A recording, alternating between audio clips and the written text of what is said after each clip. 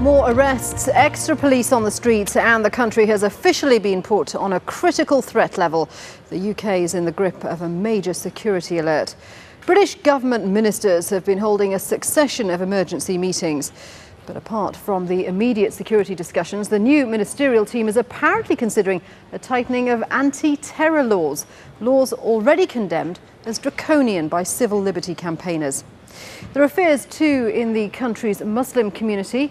Already a senior policeman has warned of a possible backlash against Muslims in the wake of the airport attack in Scotland. Although no group has claimed responsibility for the bomb plots, the authorities seem to have little doubt over who's to blame. The Prime Minister's new security advisor says this weekend's bomb attacks signal a major escalation in the war being waged on us by Islamic militants. Al-Qaeda has imported the tactics of Baghdad and Bali to our streets.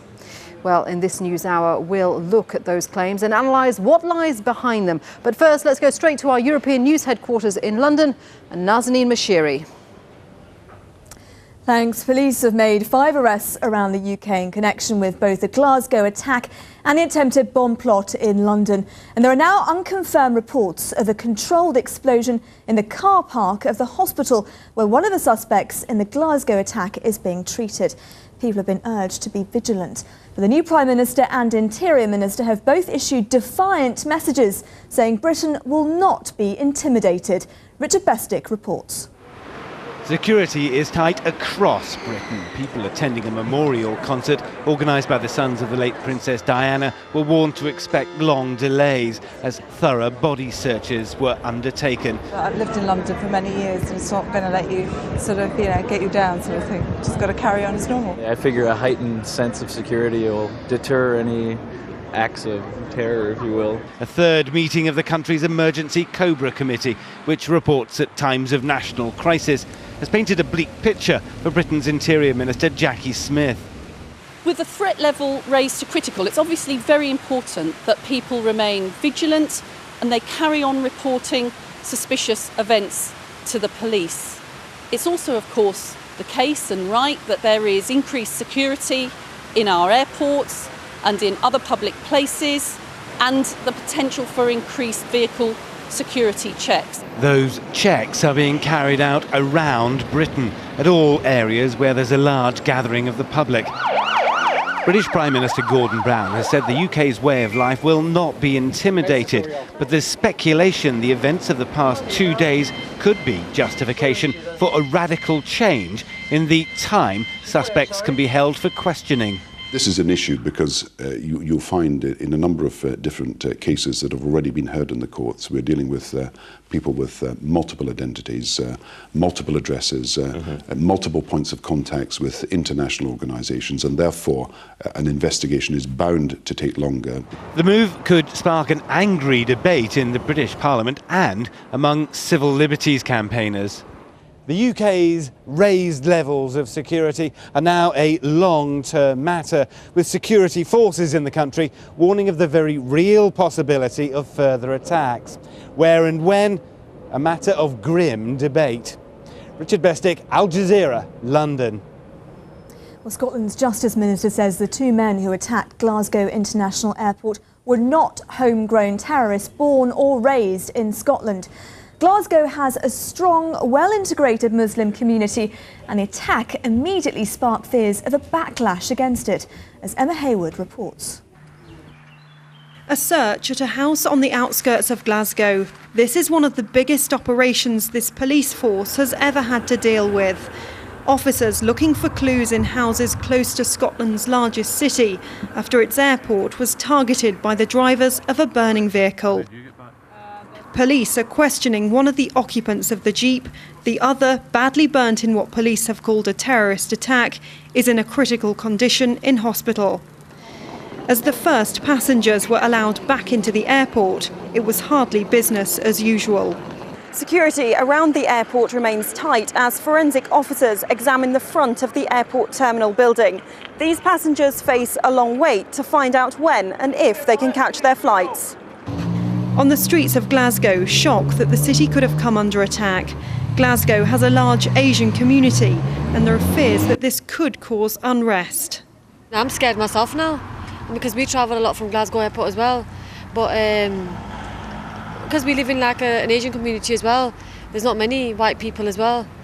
And those fears echoed by Muslim community leaders meeting at the city's central mosque, worried that the events of the last few days may have far-reaching consequences. I have concerns, and many members of the community have concerns about the possible backlash from the community, because there are individuals in every community who will exploit these circumstances to abuse Muslims and other ethnic minority communities in Scotland. The country's Justice Minister has said that the two men behind the attack were not born and raised in Scotland, but Glasgow's Muslims will be hoping to avert any backlash. Emma Hayward, Al Jazeera, Glasgow. Joining me now in the studio to discuss the possible repercussions of tighter anti-terror legislation is Inayat Bunglawala, who's Assistant Secretary General of the Muslim Council of Britain. Thank you very much for joining us here. Just first of all, quickly, a brief reaction to the events of the last few days. Well, they're not entirely unexpected. I mean, we've had several attempted terrorist attacks in this country now, and just recently we've had convictions secured against Diran Barod, the recent Operation Crevice conviction. So we know that there are small groups of people who are intent on attacking this country. So this was not exactly a surprise. We know that Gordon Brown, the country's new Prime Minister, before these events was planning to extend the detention of terror suspects without charge beyond the current 28 days. Those plans will probably happen quicker than before. What's your reaction to that? Do you think that it's a good thing? Well, we're happy to see the police get powers that they need. However, this extension is a very dramatic extension the government proposing from 28 days to 90 days. We don't believe the case has been made for it. It was just recently, just over a year ago, that the detention without trial was extended from 14 days to 28. They doubled the length, and yet they're now calling for an additional 60-odd days. The government must really make the case necessary. Where has the government needed this extension? Where has the police needed these extra days to interrogate people? Which plots have they have come about which they could have foiled if they had this extension? Well, the case hasn't been made. Well, the former Interior Minister John Reid said that they needed about 28 days, possibly more, to put the charges forward. They say they need that time to do so. Don't you think that it's important now to be able to protect our country? Of course it's important to protect our country, but the key here is not really more time. These people who attacked the country in London and in Glasgow, it's not because the police didn't have enough time to arrest them. They were completely beneath the radar. It's better intelligence that's needed, not, I think, more powers to detain people without trial. Already, the use of those powers has been very extensive. Many innocent people have been caught up, being arrested, seeing their families' names stained, and yet later they're released without having done anything wrong. In the meantime, huge amounts of media coverage has been given to their arrests, and yet when they're released, it's all done quietly. So the government must make a much better case than it has so far. Let's talk about repercussions to the Muslim community. Are you worried now there will be a backlash?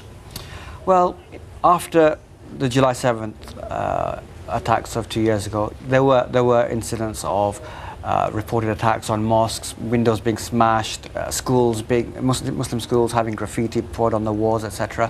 But thank God they were fairly low-level attacks. Now, naturally, in the last couple of years, the climate has continued to deteriorate when it comes to the British Muslim community. They're viewed almost collectively as a source or hotbed of extremism.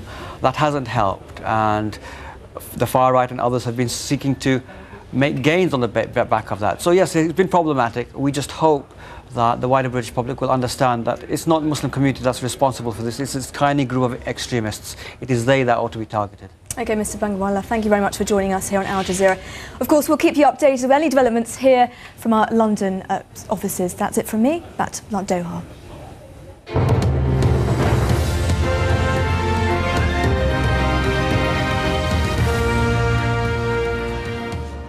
In other news now, what started as an attack on the Taliban is threatening to turn into a major political standoff. A NATO investigation says less than 12 Afghan civilians were killed in an airstrike on Friday. But village elders are insisting the death toll is at least 45. Now, the Afghan president, Hamid Karzai, has announced his own investigation into the